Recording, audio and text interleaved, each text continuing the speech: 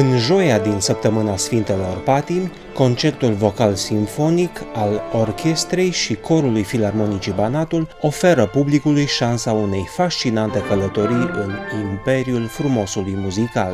Programul concertului este unul atrăgător și plin de semnificații. Sinfonia numărul 80 în re minor de Joseph Haydn și Requiemul în re minor pentru soliști, cor și orchestră din creația lui Wolfgang Amadeus Mozart. Quartetul solistic este alcătuit din soprana Irina Iordăchescu, mezzosoprana Cristina Iordache, tenorul Mario Vasiliu și basul Lucian Onița. Corul Ion Românu a fost pregătit de Iosif Todea. Dirijorul concertului, Michael Hasel, nu este doar un ghid muzical ideal, ci și un mare prieten al Filarmonicii Banatul. Michael Hasel este un muzician cu o personalitate multilaterală, flautist al celebrei orchestre a Filarmonicii din Berlin, profesor, organist, dirijor și muzicolog. Vă invităm să vizionați un interviu cu maestrul Michael Hasel și secvențe din repetițiile pentru cel mai important eveniment concertistic programat la Filarmonica Banatul din Timisoara.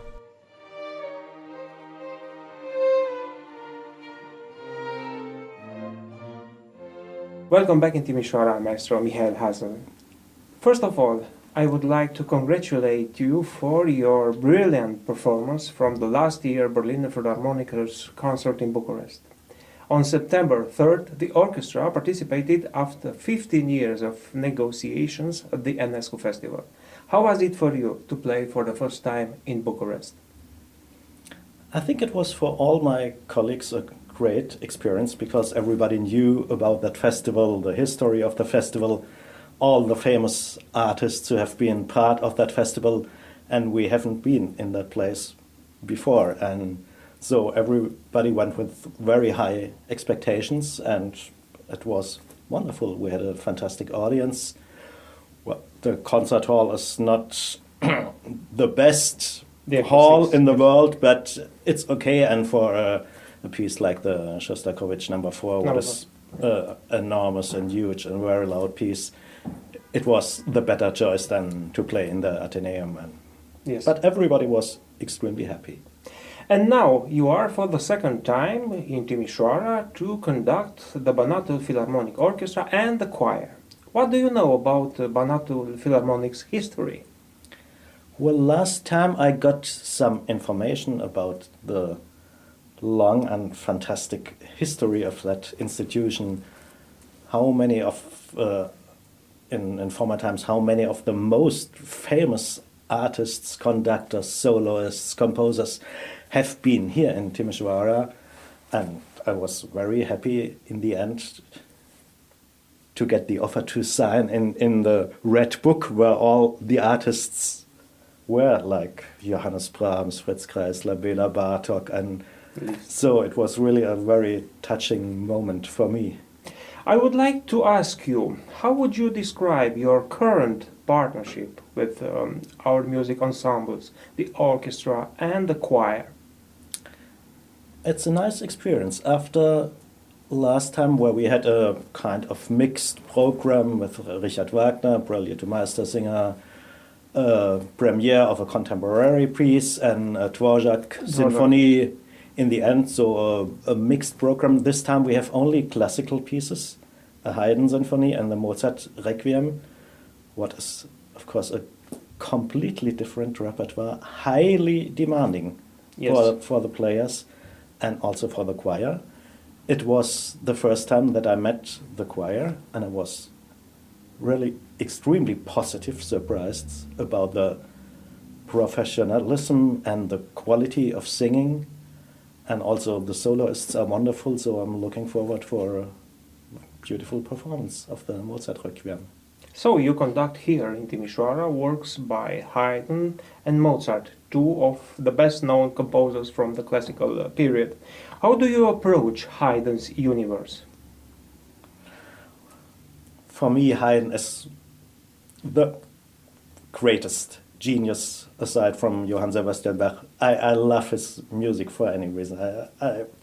I'm so much in that music every day.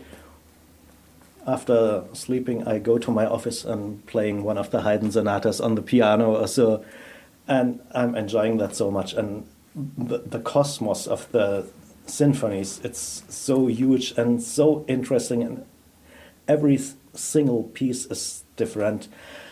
And I try, of course, to interpret this music with the knowledge we have nowadays from people like Nicolaus Arnoncourt, who told us during the last decades a lot about how to perform Baroque and classical pieces in a more appropriate way, as we might have done it some centuries ago. With very little vibrato. For example, little vibrato, small orchestras, very precise phrasing and articulation. Yes. Yes. 157, 158. Accent on the fa.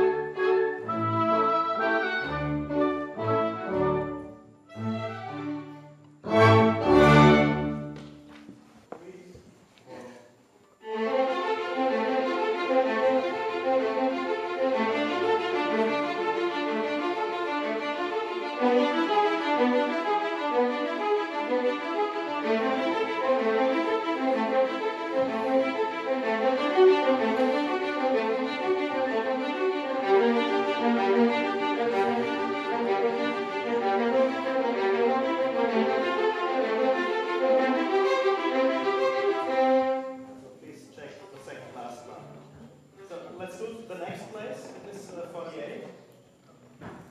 Let's do some run notes. 48.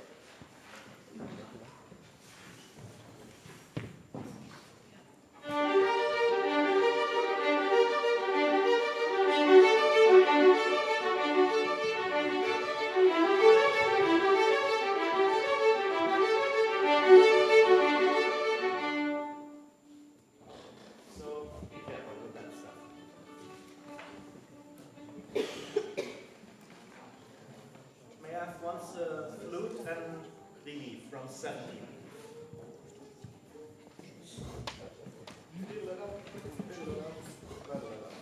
On the beat at first. 17.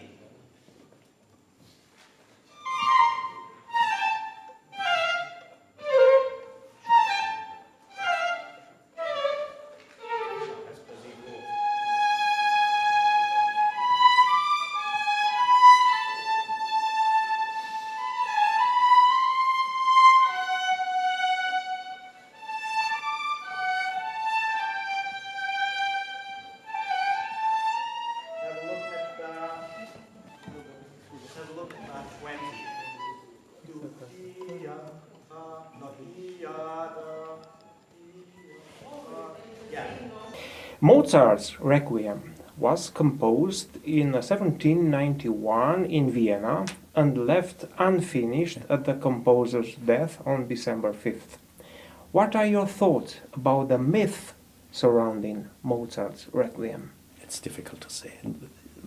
There has been all kinds of rumors and things like Mozart has been poisoned by Salieri and all that stuff. Everybody knows that, but there is coming from Peter Scheffer's play. Yeah, there is no proof at all for things like that, and he simply was in the end of his lifetime and he couldn't make it, unfortunately, longer, and unfortunately not to finish this beautiful piece.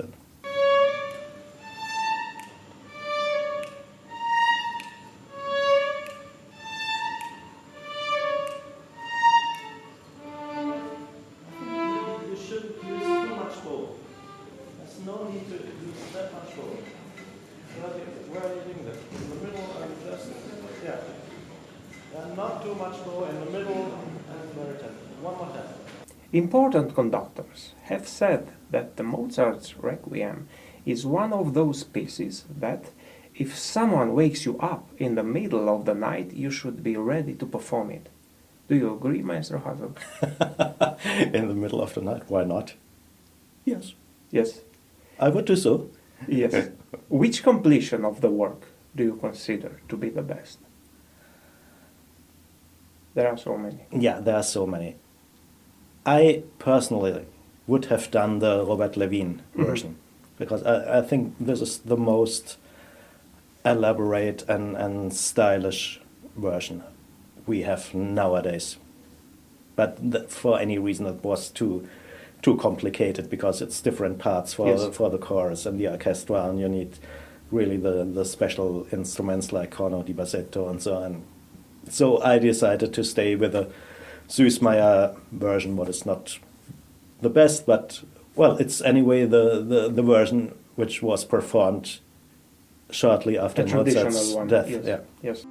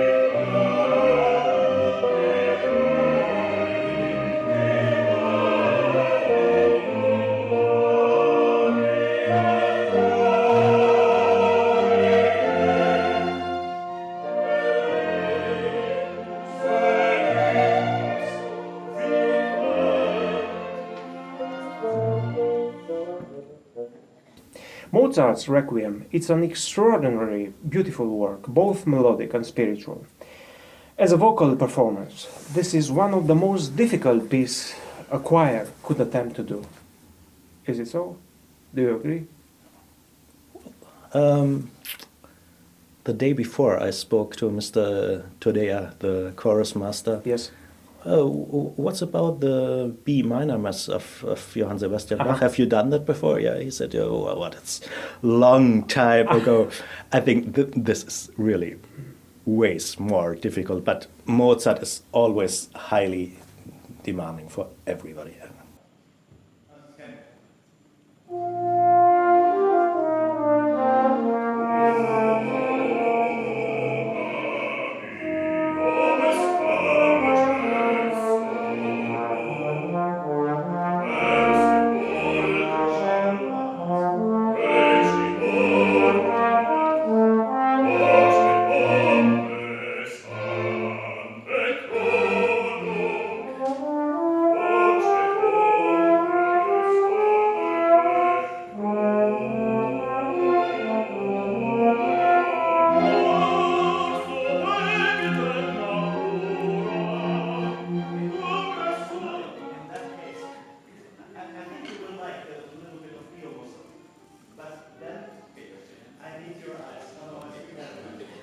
How hard is to unveil the haunting beauty of Mozart's Requiem? It is not very hard. You just have to be precise and detailed in the rehearsal work.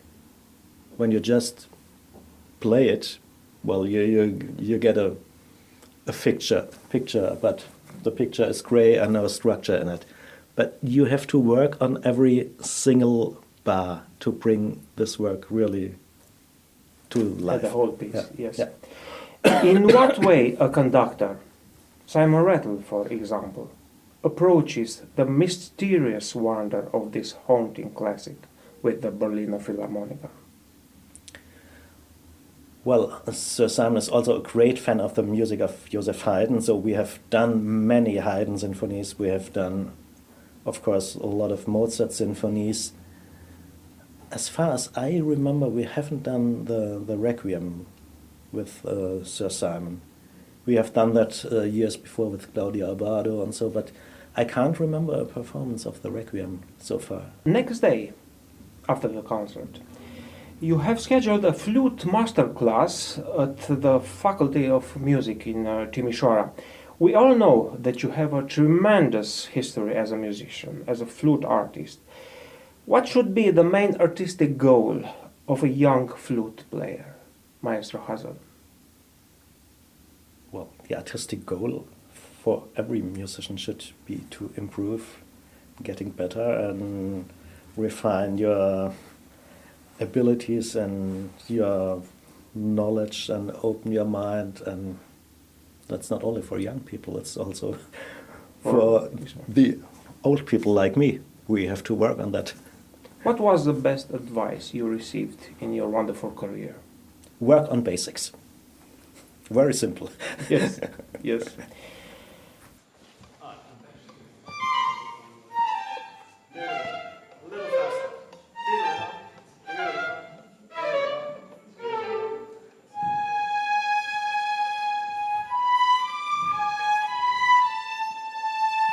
Still more separation.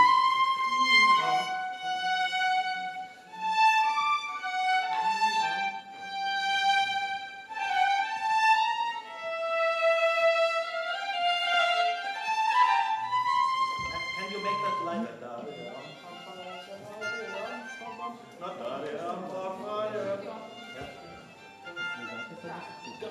don't play too much like the 16th notes. A little more, a little later. Yeah, no. Deci cu dublu punct să gătim. Nu, am greșit. Am greșit. Please, I know that. Da? Please be patient. Dublu punct și 32 ime, da? Da, și legături. What would be the greatest virtue in a conductor, Maestro Hasel? You know, I had the privilege to ask Sir Simon Rattle the same question last year on September 3rd at the press conference. Do you know what he told me? No. Patience. Well, this is true up to a certain point, yeah. Now, in April 2016, how would you define Simon Rattle's era in Berlin? Well, he is one of the greatest conductors we have at the moment. I'm very happy to work with him, and most of my colleagues are in the same spirit. He brought so many new things to the orchestra. Let's say the whole education program we launched, a lot of new repertoire, a lot of new insights into our standard repertoire. When you listen to the performances of the 9 Beethoven symphonies we recently did, I know. it's completely different than it was before. And so for me, I'm still enjoying the time and looking forward for the next 2 years with him.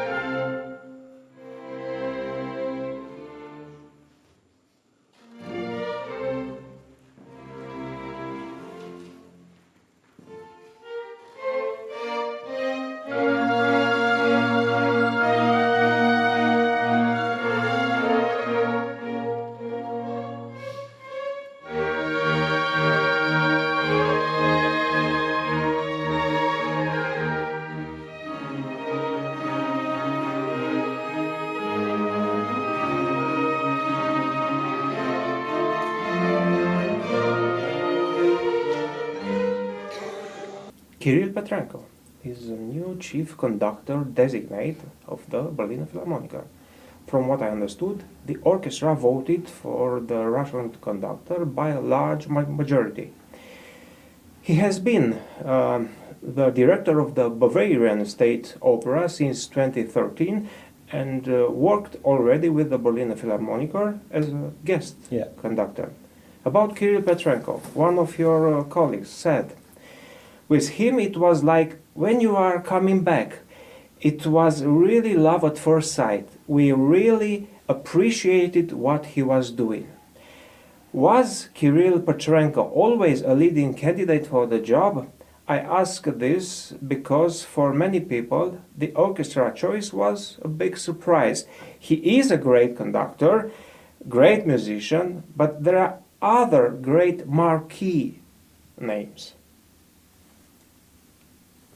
It's whenever you have a choice to choose one, let's say the best soccer player or the best bicyclist or the best conductor, and you have a community of 128 people discussing that matter, you will get different opinions, and you will, of course, have a variety of candidates. Yes. That's what happened in Berlin. But in the end, the majority decides. And you know the final result. Yes. What are his principal qualities? He is such an honest and true musician, and such a, from the bottom of his heart, a nice person who wants to collaborate with the people, who wants to make the best out of the rehearsals and the final concerts, make music. And he's not selfish at all, and he's really in the music. Is Kirill Petrenko always easy to follow? And every new conductor, you know it very well, wants to bring his own ideas into an orchestra. Do you have any ideas about what changes he might make? No, I don't have any ideas, because so far I had only once the possibility to play with him in the orchestra.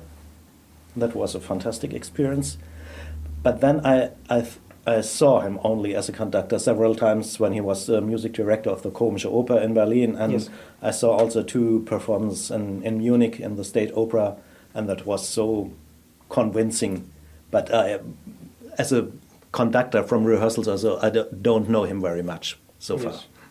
How it is for you, maestro, to express your most intimate thoughts and also the composer's thinking through your arms, face and body?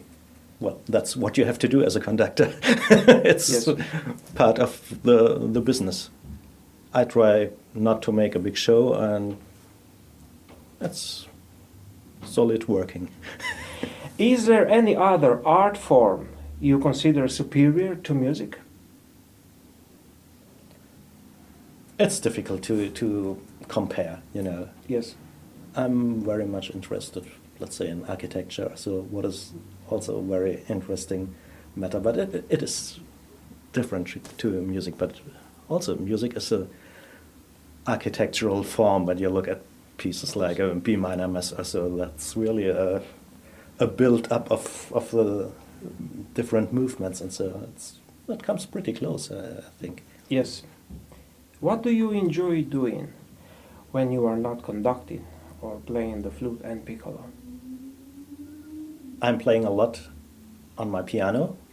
I recently bought a Hammer clavier, and that's fantastic for the repertoire, classical repertoire, Haydn and Mozart. Yes. I'm playing a lot on that piano, and of course I enjoy very much to be on my boat with my wife and have no music around.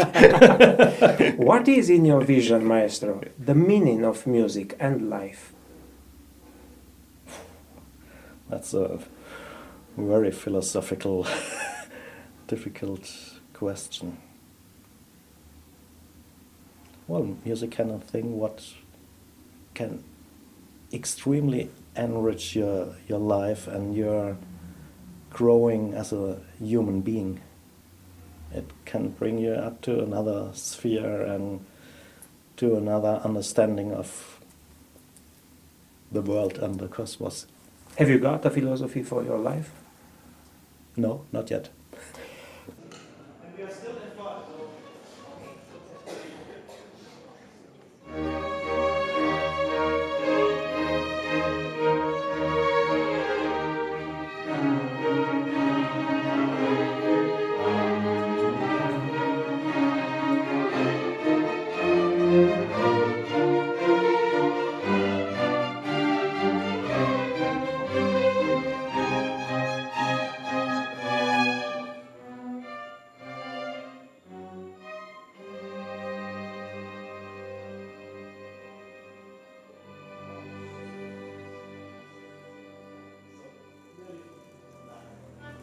What means Romanian culture for you, Maestro Hasel? I don't know so much about Romanian culture, but it seems to be extremely interesting because your history has so many influences from the Ottoman side, from the Habsburg side, and from all those influences. And I found it very interesting. For example, last night I went with my colleague Vlad to the university, and there was a little exhibition. It was a collection of stamps and postcards and things like that. And you see what already happened here centuries ago in Romania, what people have been here and part of your Romanian culture, and extremely interesting. Yes. What is it, as you go forward through music and life, that you want to achieve artistically and creatively? Well, I want to bring the pieces I conduct to the audience and show them the beauty and the strength of those masterworks. Maestro Hasel, thank you very much. My pleasure.